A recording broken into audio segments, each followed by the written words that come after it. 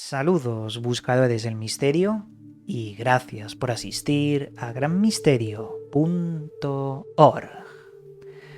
Hoy toca hacer el vídeo final del proyecto especial del canal. Ya sabéis, el nivel 10 final del iceberg de los misterios más extraños y censurados de todo Internet. Un proyecto en el cual consiste en ir descendiendo desde el nivel 1 hasta el nivel 10, hasta las profundidades, sobre temas de misterio que cada vez se vuelven más extraños, perturbadores y reflexivos sobre la profundidad del alma humana y de lo que hay más allá de esta realidad. Hemos visto centenares de temas de todo tipo, y habéis comprobado que cada vez que íbamos descendiendo eran temas incluso más desconocidos, pero profundos en su esencia. Así que hoy toca el final de todo este proyecto especial, el nivel 10, un nivel único, no tiene partes, va a ser el único vídeo, la conclusión final. Y vais a ver que aquí están los temas más extraños. Bajo mi punto de vista son los más reflexivos y muchos son o contienen una línea que los une, porque toca las creencias del propio ser humano y de el porqué de todas las cosas del universo. Lo vais a ver enseguida.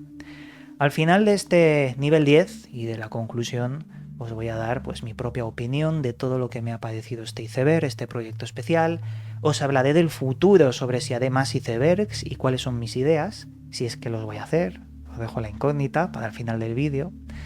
Y también os voy a dar pues mi opinión personal en resumen de todo lo que me ha parecido este proyecto, ya que cada vez se han unido más personas, les ha encantado seguir toda la sucesión de vídeos, toda la serie, y bueno, esto lo dejo para el final. Así que ahora sí, vamos a arrancar con el nivel 10 final de el iceberg de los misterios más extraños y censurados de todo Internet. El banco de almas. Bien, el banco de almas está escrito en clave, porque todo esto bebe de textos de la Cábala y de la mitología bíblica hebrea. Con esto quiero decir que al estar escrito en clave es la metáfora lo que está entre líneas, no lo podemos tomar como algo literal, no, son enseñanzas ocultas en los textos, escritos por grandes sabios que querían vetar el conocimiento a los profanos y dejarlo en clave para aquellos iniciados. Con esto dicho, vamos a empezar.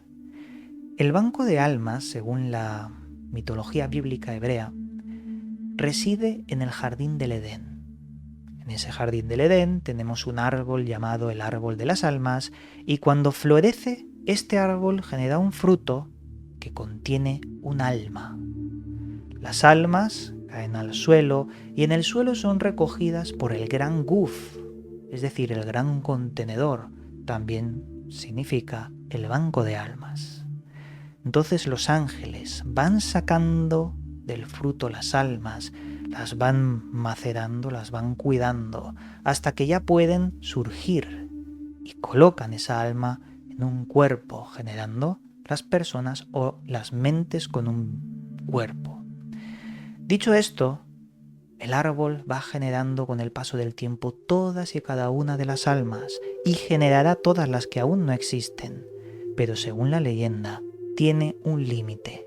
Cuando el árbol de las almas genere la última alma, entonces llegará el Mesías y acabará el mundo llegará a su fin, sería el Apocalipsis. Según la Cábala, cada alma en realidad es un fragmento de lo que debería ser el alma del mundo, es más, de un ser primordial llamado Adam Kadmon, siendo muy similar al mito del que todo el mundo ha oído hablar sobre Adán, el primer hombre, pero sería diferente. Adán Kadmon tendría propiedades casi divinas y fueron separadas en algún momento porque el Dios vio que cometió pecado. Fue separado y de ahí surgió la raza de los hombres por ese pecado. Pero bueno, según la Cábala y la teoría, también hay otro aspecto fundamental del banco de almas. Hay personas que no tendrían alma en este mundo, seres huecos, elegidos por el gran arquitecto, para que estos seres sirvan como los que testean a los demás. Muchas religiones beben de este concepto, del concepto de guardianes que observan y juzgan si los demás cometen actos bondadosos o actos criminales. Pero en definitiva, el banco de almas nos da una idea, como os he dicho en clave, de la existencia de que hubo uno, un ser, y de este se fragmentó en miles de millones de pedazos, o incluso hasta el infinito quizás. Entonces nos dio el libre albedrío a la raza humana. Nosotros somos realmente los que debemos juzgar nuestros actos, si son buenos o si son malos. Banco de almas tiene ese concepto místico en clave, como os he dicho, del hebreo, que me parece fundamental para conocer otros conceptos de este iceberg, pero ahí sienta las bases de todo lo demás. Santos incorruptos. Desde que yo era pequeño, este fenómeno me ha parecido extraño. Extraño porque es cierto que existen personas expuestas por la Iglesia en vitrinas que murieron hace centenares de años y que no se han descompuesto. Y eso sería lo que nos representa a priori los santos incorruptos. En el catolicismo se mantiene esta creencia de la que, hay personas que no se descomponen al morir. Y estas son así porque cometieron un milagro en vida. Por eso fueron, en teoría, elegidas por Dios para ser incorruptas, para parecer que están durmiendo a punto de despertar. El Vaticano en el mundo reconoce este fenómeno y protege sus santos incorruptos. Hay una larga lista. Os voy a leer algunos. Santa Bernadette de Lourdes, San Juan María Vianney, Santa Teresa Margarita, San Vicente de Paul y el Papa Juan XXIII, concretamente. Hay muchos más, pero es una creencia arraigada sobre la fe de que sería la prueba fundamental de que toda la religión católica sería real, sería como una prueba. Sin embargo, hay gente que piensa que detrás de los santos incorruptos hay alquimistas que tienen el secreto químico para poder hacer imperecederos los cuerpos, al igual que la petrificación de la que hablaban algunos alquimistas en la Edad Media, podrían contener ese secreto de sustancias que permiten que parezca que no se descomponen. Pero sería tan avanzado que desafiaría la química actual. Pero se conoce que dentro de la alquimia hay sustancias muy bien protegidas para que el secreto no salga a la luz, que podrían causar un efecto similar. Ahora bien, yo no creo que Dios haya elegido a estas personas por haber hecho un milagro, no.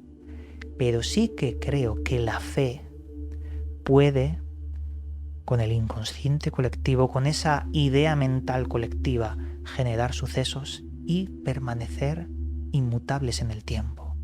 La mente es muy poderosa y cuando se une con la mente del colectivo, de personas a nivel mundial, puede generar cualquier cosa que imaginemos. Algo de eso es lo que yo pienso al respecto, pero aquí tenéis este fenómeno tan curioso, los santos incorruptos. El dios de las brechas. Bien, como suelo decir cuando la cosa se pone seria, agarraos fuerte, porque este tema a mí me ha vuelto loco cuando he empezado a indagar y profundizar cada vez más y más.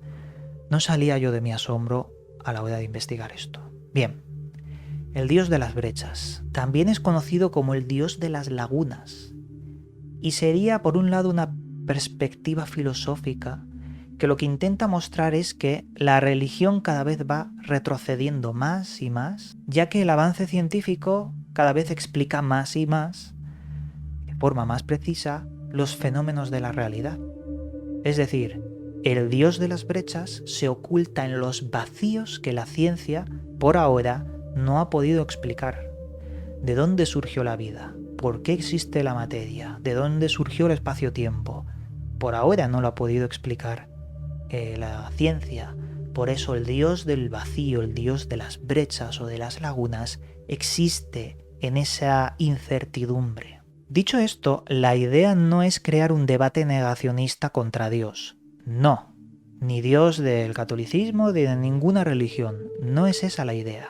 La idea era demostrar que la existencia de Dios tiene problemas, tiene lagunas, cuando la ciencia puede y comienza a explicar con precisión cualquier cosa que antes se pensaba un acto divino. Ese es el Dios de las lagunas.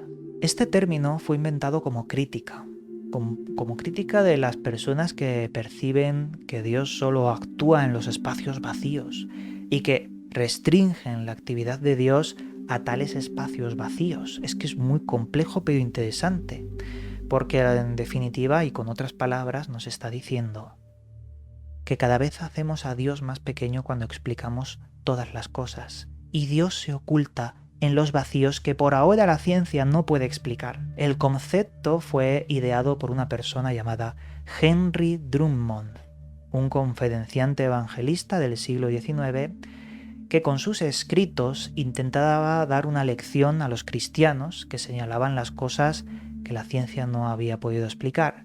Ellos llenarán sus lagunas con Dios, decía. El verdadero Dios es la naturaleza y la evolución. Esto ha generado a lo largo de la historia diferentes debates, por muchos y muchos años. Pero qué curioso que nadie lo conoce. Si hay tantos debates, ¿por qué no ha salido a la opinión pública? Porque esto no se reflexiona en las escuelas. Me parecería interesantísimo que la gente muy joven reflexionara sobre estos conceptos. Pero ¿por qué no han transgredido los debates históricos que ha habido sobre esto? ¿Por qué? Pues porque no interesa. Como os decía, había muchos debates a lo largo de la historia, y cuando llegó el libro, el trabajo, El origen de las especies de Darwin, se dijo que se había matado al dios de las lagunas. Pero nada como eso, no. El dios de las lagunas volvió con el tiempo porque cada vez la ciencia encuentra más problemas inexplicables, y ahí es donde se va haciendo pequeño Dios, se va ocultando hasta que lleguemos al gran debate. ¿Podremos hacer desaparecer a Dios metiéndolo en lagunas hasta que las lagunas dejen de serlo? ¿O la ciencia se encontrará a Dios con una laguna irresoluble que sirva como prueba de la existencia de Dios? A mí me resuena mucho una frase que he dicho durante años. Dios puede que sea compatible con la ciencia cuando la ciencia no pueda resolver cuestiones como, por ejemplo, de dónde ha salido el espacio y tiempo en la materia, cuál es el sentido de la existencia y de la realidad. Ahí es una laguna enorme. Si la resolvemos, mataremos a Dios. Si no, estaremos diciendo que puede que exista. Os voy a leer una frase sobre este concepto. Debido a que la ciencia actual no puede determinar exactamente cómo comenzó la vida, debe ser Dios quien hizo que la vida comenzara. Y esta es una frase de los ejemplos que os estoy poniendo sobre personas que ya hace muchos años empezaron a teorizar o filosofar sobre este concepto. Y aquí entraría las famosas frases de Nietzsche. Él consideraba que Dios no creaba al hombre, sino que el hombre era quien creaba a Dios. Para Nietzsche, la creencia en Dios es una consecuencia de la vida decadente. La idea de Dios es un refugio para los que no pueden aceptar la vida. La muerte de Dios nos libera, enseña que podemos vivir sin lo absoluto y prepara la aparición de lo que él llama el superhombre. Esa es la idea básica de Nietzsche con respecto a Dios, pero no con respecto al Dios de las lagunas. Y os he indicado estos escritos de Nietzsche, estas ideas, porque tenéis que tener en cuenta que en el concepto del Dios de las lagunas se diferencia a cualquier Dios de cualquier religión con el Dios de las lagunas. Son cosas distintas que beben del mismo nexo. No sé si se entiende porque es muy complejo. Pero si para Nietzsche Dios no existe, lo hemos creado nosotros, y eso nos libera y llega o nos prepara para el superhombre, entonces Nietzsche tendrá que resolver esas lagunas, tendrá que matar al Dios de las lagunas, porque ese es inherente a la esencia humana. Petróleo humano. Esto es un concepto perturbador, muy perturbador, por eso está en el nivel 10, pero es muy sencillo y muy cortito de explicar. Es la idea de que parte del petróleo, de la gasolina, del queroseno que estamos consumiendo para la tecnología está formado por humanos que murieron hace centenares de miles de años. Imaginaos en el Pleistoceno o en épocas más remotas.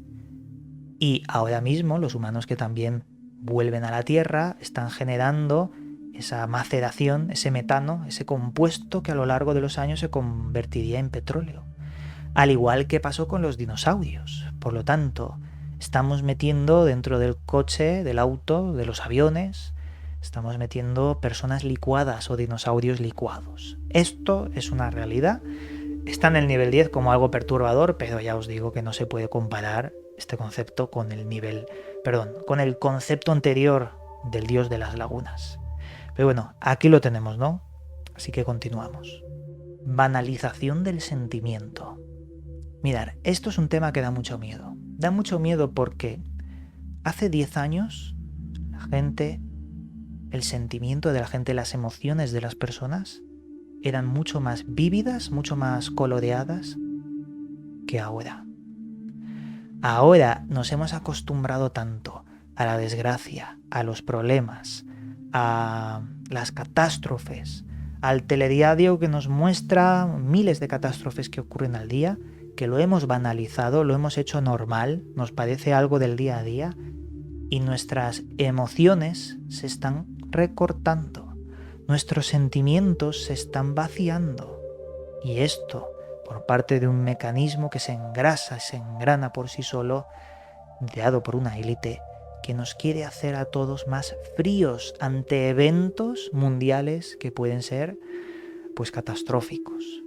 Claro, si la gente es más fría, protesta menos. Si protesta menos, tienen más manga ancha para actuar y hacer cualquier tipo de barbaridad. Y es, como os he dicho, un problema que da miedo porque los niños o las nuevas generaciones parece que tienen menos sentimientos que generaciones de nuestros padres o de nuestros abuelos. Incluso parece que viven la vida menos. Pasan horas y horas con la fría tecnología, con las redes sociales, con esos rituales que tienen las redes sociales, ¿no?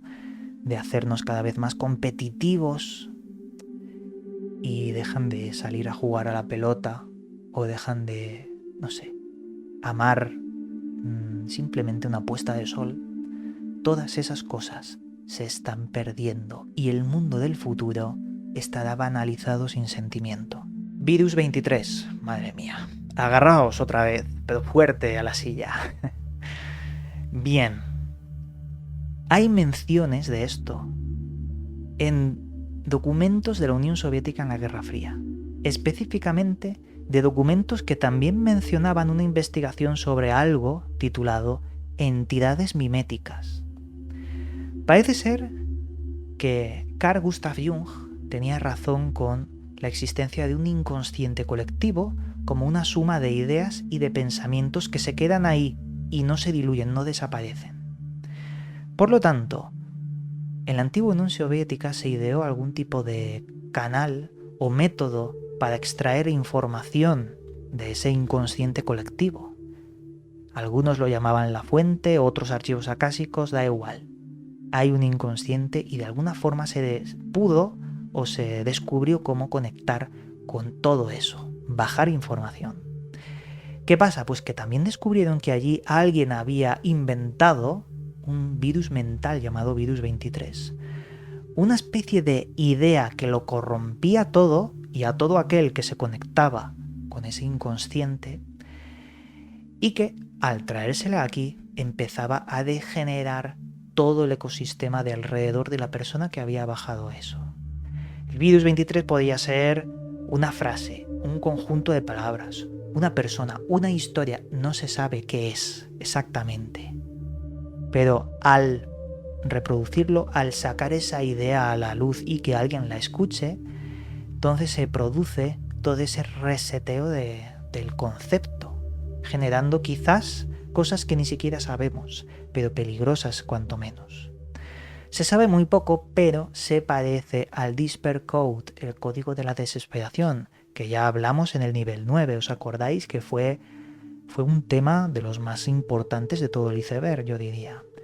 En el código de la desesperación lo ves venir. En esto, en el 23, no lo ves venir. Y esa sería la diferencia, porque serían muy parecidos, pero con malas intenciones del que lo creó. Sé que esto pues se puede tomar como queráis, pero imaginaos que fuese real, porque no lo sabemos. Si fuese real tenemos un problema a la hora de extraer datos de ahí. Pero ya os digo, tomarlo como una historia, como un misterio, que quizás es real o no. Es muy interesante. Blacklist de ascensión. ¿Qué quiere decir esto? Pues es sencillo.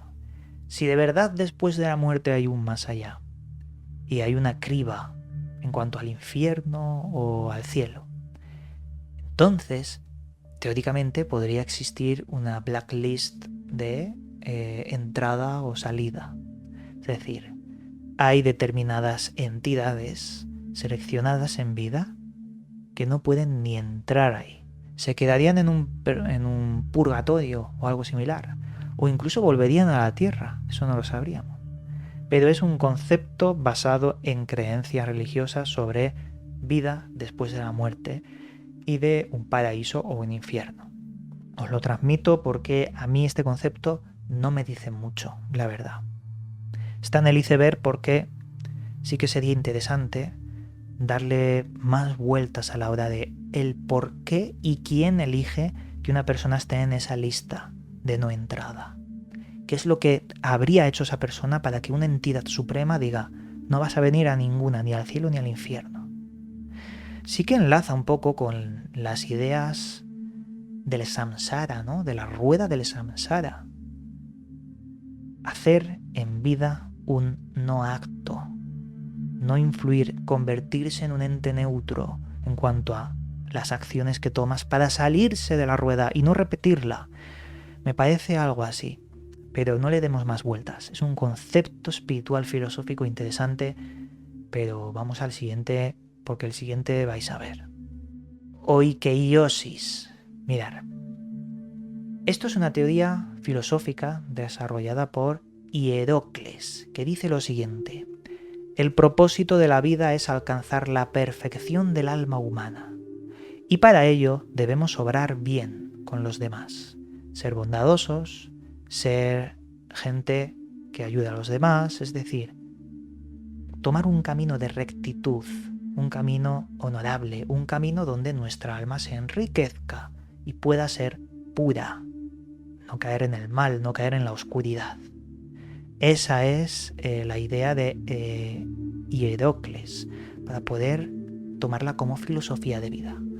Ahora bien, en el oikeiosis hay otra parte que nos dice que para alcanzar esa interacción bondadosa con los demás, con otras personas, para que el alma llegue a ser pura, entonces debemos alejarnos de lo tecnológico.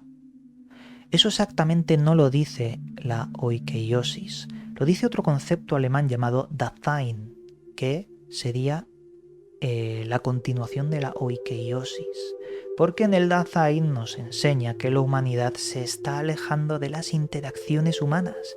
Por lo tanto, no podemos alcanzar la oikeiosis de Hierocles. Nos estamos yendo. Quizás podemos ser muy bondadosos en la vida, pero si no nos movemos del asiento, ¿dónde vamos a ir al final? ¿Qué tipo de alma sería esa? Presuponiendo que existe el alma, claro que sí. Seríamos entes vacíos, que no hemos aprendido nada entonces. Por lo tanto, esa es la reflexión del oikeiosis y por eso está en el nivel 10. La profunda reflexión sobre qué estamos haciendo en nuestra vida, por qué nos volvemos tan fríos con la tecnología. Y esto se parece mucho a lo que estábamos hablando arriba, ¿verdad? Con otros conceptos de hoy. Y es lo que tiene el nivel 10, que muchos de todos estos conceptos están profundamente relacionados. Si os dais cuenta, hay un patrón. Eso es lo que hay que evitar en la oikeiosis, si queremos seguir ese camino filosófico, obviamente. La fractal de Mandelbrot. recuerdo haber hecho un vídeo en mi canal sobre este tema. Y recuerdo no haber podido dormir aquella noche. Porque veía tan claro los conceptos sobre la existencia del infinito con esto que profundamente me puse a pensar y hablar con mis amigos cercanos sobre Mandelbrot, que yo creo que algo cambió en mí, ¿no? A la hora de ver el universo. Fijaos, la fractal de Mandelbrot es una ecuación, son unos conceptos matemáticos que aplicados en una gráfica nos muestra un dibujo. Ese dibujo tiene un zoom infinito. La matemática va generando la espiral a la hora de acercarte. Cada vez van surgiendo formas y esas formas se vuelven diferentes. Hay científicos que empezaron a clasificar las formas según los zooms que hacías dentro de la espiral de este fractal. Veías el infinito, veías sus formas, veías cómo se iban transformando las formas e ibas cayendo hasta el infinito. La reflexión de esta espiral del señor Mandelbrot, que le dio nombre al concepto, es que en una fórmula matemática sencilla se oculta el infinito. Al igual podría haber sido la creación en la que nos encontramos. Con una matemática, una fórmula sencilla que hizo la luz y generó todo el infinito. Mandelbrot es como ver el universo desde arriba, porque esa espiral lo explica todo, todos los conceptos de la existencia y el más allá. Me parece digno de mención en este iceberg, en este nivel 10, porque ya os digo, a mí esto me voló la cabeza. La muerte del ego de Dios. Agarraos otra vez. El ego es el yo, lo que nos da la personalidad, lo que nos hace ser lo que somos actualmente. Con el paso de los años ese ego va adquiriendo más forma, digamos. A más ego, más imposición de ti mismo hacia los demás, más trasladas tu esencia al medio. No necesariamente el ego es malo, al contrario, el ego ayuda a la personalidad a crecer, a no morir en el medio. Pero un exceso de ego puede causar muchísimos problemas y eso sí que es un peligro. La muerte del ego de una persona se refiere a que en algún momento de su vida vive un evento que de la noche a la mañana o en un segundo rompe todas sus creencias, mata al ego. Todo lo que pensaba fuertemente cuadriculado cambia en un segundo y lo que pensaba ya ve que era falso. Ha roto la caja, se ha salido de sus creencias, ha muerto su ego porque ha comprendido que estaba tremendamente equivocado y ve la vida de una forma distinta, o la temática que ha roto, ha muerto. Esto se ve en todos los aspectos, pero se ve muy claro en la muerte mística del ego. Cuando una persona tiene una fe arraigada, una fe muy fuerte por una religión, y se da cuenta de que estaba equivocado, para él, ve que esa religión era falsa y descubre otra religión que le resuena más. O, al contrario, se vuelve ateo profundo, escéptico. Eso es una muerte mística del ego porque su esencia ha muerto con las creencias que se han roto. Explicado esto, ¿qué quiere decir la muerte del ego de Dios? Ya pasamos de humano a divino. Se refiere a que toda la realidad está fragmentada desde Dios. Dios fue una misma cosa, un mismo ente, un mismo lo que sea, y decidió destruirse en infinitos fragmentos para un motivo, para volverse imperfecto. Y al volverse imperfecto, al convertirse en una fractal, ese eco nos da el libre albedrío.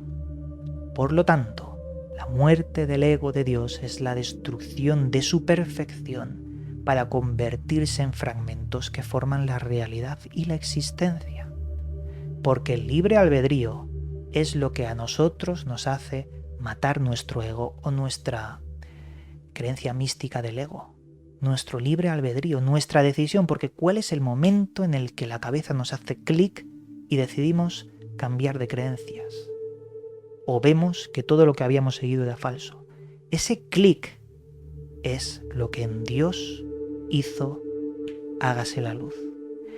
Si os dais cuenta, está todo relacionado, todos los conceptos del nivel 10, como ya he dicho antes, pero en este se ve claramente. Y a su vez, el siguiente tema, el último deseo de Dios, viene profundamente arraigado a la muerte del ego de Dios. Así que vamos a ello. El último deseo de Dios. ¿Qué es esto? Nos habla de que en todas las religiones Dios creó a la humanidad, pero si Dios fue uno y se fragmentó, su fragmento al infinito serviría para crear ese libre albedrío de lo que os estaba hablando. Dios destruyó la perfección para crear el libre albedrío. Ese es el último deseo de Dios, lo que nos hizo poder elegir desde el todo, pero fragmentado. Es muy complejo, yo lo sé. Son creencias filosóficas concentradas sobre esa idea general de, por un lado hay partes de la religión, por otro lado hay partes filosóficas, creencias absolutistas que convergen en esto, la muerte del ego de Dios y el último deseo de Dios. No existen las conspiraciones. Pensar por un momento que todos los temas de misterio, todas esas conspiraciones, todas las tramas ocultas del gobierno en las sombras, pensar que todo eso no existe, que estábamos equivocados y que simplemente es condición humana elucubrar o generar todas esas cosas por condición humana, por desconfianza ante la sociedad y ante los que nos gobierna, por miedo a lo desconocido. Si esto fuese así, no hay una verdad oculta por el hombre, pero sí que existirían verdades ocultas en la naturaleza. La verdad existiría para ser encontrada. Todo lo demás sería ruido. Esa verdad sería la que nos confundiría, porque veríamos conspiraciones en todos los sitios, pero realmente no sería así. Es porque no hallamos la verdad. Nos cuesta hallarla porque es complicado ese camino. El camino para encontrar una verdad absoluta. Por eso imagínatelo. Si no existiesen las conspiraciones, sería una conspiración en sí misma. Pero si no fuese así, todos estaríamos siguiendo una zanahoria, despistados, creyendo que nos controlan, creyendo que hay poderes en las sombras, creyendo de todo y alejándonos del camino intrínseco y espiritual incluso de buscar nuestras propias verdades, de salir ahí fuera y con la naturaleza saber escucharla utilizando la ciencia, la matemática o la mística, vete tú a saber. Es un concepto muy interesante si te paras a pensar y lo reflexionas así, porque al final se vuelve paradójico y las conspiraciones, si no existen, las crearíamos nosotros como condición humana, como he dicho. Todas las conspiraciones son reales. Esta es la que yo apoyo más que la otra, si lo pensáis. Porque si os dais cuenta lo que realmente significa que todo sea real, que todas las conspiraciones sean reales, significa que todos los secretos del mundo y esas verdades ocultas están interconectadas. Eso es lo que significa. Si todo es real, significa que hemos sido visitados por seres extraterrestres, que la arqueología prohibida son los restos de estos seres, que las sociedades secretas nacieron para proteger lo que no se entendía, que eran esos saberes, que existieron civilizaciones mucho más avanzadas y un gran reseteo que nos volvió a hacer olvidar un ciclo eterno de reseteos sobre ese gran misterio, que las sociedades secretas tienen un complot para etc, etc, etc. Todo estaría interconectado si todo fuese real. Y claro, la gran verdad ya no sería un camino para buscarla en la naturaleza, no. Sería una lucha para encontrar cuál es la verdad correcta entre tanto ruido, cuál es la raíz de todas, la primera, el origen. Ese sería el camino, estaría más marcado. a la hora de seguirlo. Pero sí, es un concepto brutal, el cual yo apoyo más que el otro, porque es imposible que todas sean falsas, es imposible. Porque por propia condición humana, uno conspira contra el otro, para hacerle daño o quitarle sus posesiones, desde que el mundo es mundo. Eso ha existido. Y así se genera todo. La constante final, el último término del iceberg, el que está más abajo de todos los niveles, incluso del nivel 10. Este es el toque del fondo, estamos en el fondo. La constante final. De entre todas las teorías que existen sobre misterios, enigmas, conspiraciones, conceptos místicos, filosóficos, metafísicos, esotéricos, científicos, arqueológicos, ufológicos o extraños, tú, como persona individual, vas a elegir siempre los que más te resuenen. Y en los que tú elijas, la constante final significará que son tu destino. Tu destino en la vida son las decisiones que tú eliges, en este caso, sobre los temas alrededor del mundo. Y ya sean de estos temas de misterio o de otros en tu vida. La constante final significa que vas a decidir estudiar tu propio camino y es tu decisión frente a tu destino la que crea tu propósito. A algunos no les resuenan estos temas, metafísicos, esotéricos, etc. Eso significa que su constante final está en otros temas. Su vida está basada en otras cosas. Si a ti te resuenan estos temas, estás en la constante final sobre estos temas. Que significa que tu destino te está enseñando qué es lo que debías hacer en esta línea, en este mundo. Y es lo que te debe enseñar. Por lo tanto, si tú te cruzas con temas falsos, tierra plana, por ejemplo, y te resuena, significa que debe resonarte, porque estás aprendiendo y estás extrayendo algo de ahí. Al igual que en la arqueología, la ufología o cualquier tema, estás aprendiendo a encaminarte en una línea que se ha definido antes que tu existencia y que te da señales para que la sigas. Luego puedes no seguirla, pero te da señales. Esa es la constante final. Y es, creo, que el concepto más profundo, más difícil y el que debe resonar en la persona que está viendo esto. En fin, amigos, hemos acabado el proyecto especial del canal. Llegamos al final del nivel 10 del iceberg de los misterios más extraños de todo Internet. Ha sido un viaje de muchos meses haciendo vídeos todos los domingos, experimentando también por mi parte sobre cómo hacerlos, cómo mejorarlos, escuchando a la comunidad también para hacer retoques. Y yo he aprendido muchísimo. Habían temas que ni siquiera los había oído hablar nunca.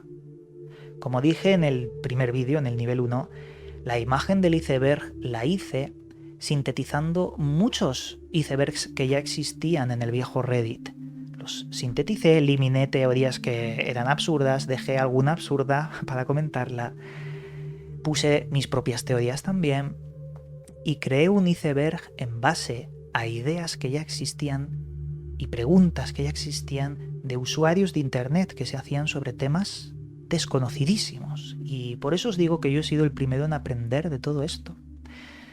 El formato iceberg me ha gustado mucho porque mantiene la atención, mantiene la intriga sobre saber cuál va a ser el próximo o el más perturbador que el anterior y qué va a haber en el siguiente nivel.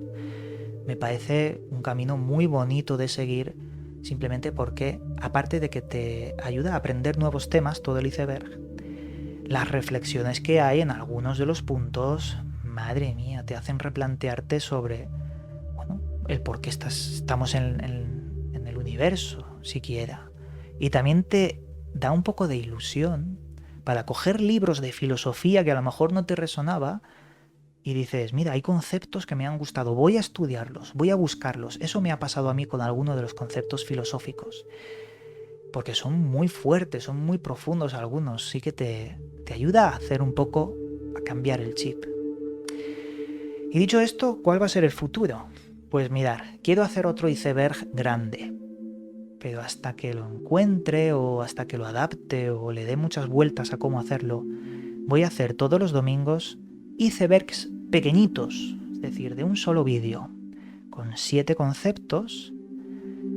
En ese domingo haremos icebergs temáticos de un solo vídeo. Quiero hacer eso hasta que haga un vídeo de un iceberg largo.